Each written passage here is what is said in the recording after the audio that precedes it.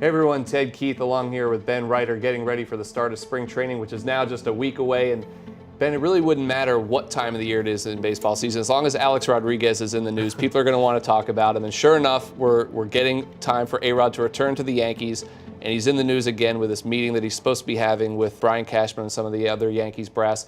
When spring training gets here and A-Rod arrives, what should we really expect from the return of A-Rod to the Yankees? Well, Ted, there's a lot to look forward to this spring training. You know, the debut of the Super Padres, Joe Maddon's Cubs, Max Scherzer's coming with the Nationals. I personally am most interested to see the reception that Alex Rodriguez will have when he trots onto that field down in Tampa.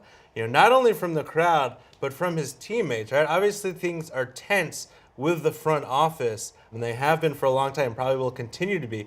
I'm interested to see how he's going to reintegrate himself into that team that, in some ways, given their quiet offseason, could use a little something on the field from Alex Rodriguez. Yeah, I think you're right, but I do wonder with them, what do they expect from him? This is a team that finished 13th in the American League in runs scored last year out of 15 teams, and their biggest offseason acquisitions were Didi Gregorius and Garrett Jones.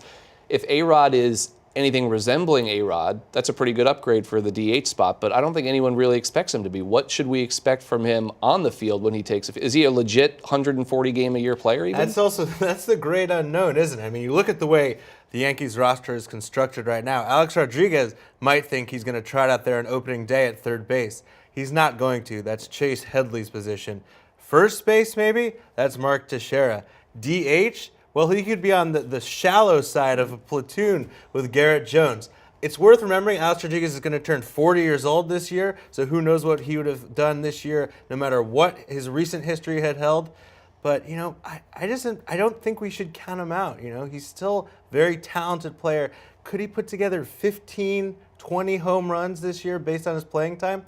You know, I think it's possible, and that kind of production would give the Yankees even more trouble with him than they had before. You got to wonder at that point, is that what the Yankees want in some ways? Part of me wonders if they don't just want to be done with this whole A-Rod saga. If he plays better, they have no choice but to keep putting him in the lineup, and that means he stays in the spotlight. That means there's more headlines about him.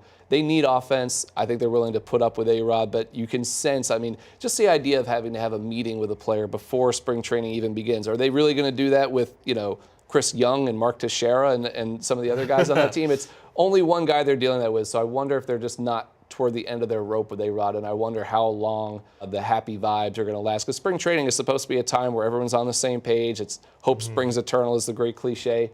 I don't know if there is that much hope for A-Rod and the Yankees in 2015. I don't know if there is, but, you know, a few at-bats in spring training, if he looks like the old A-Rod, that could change. Well, we're going to find out what happens starting in just a week from now. For Ben Reiter, I'm Ted Keith.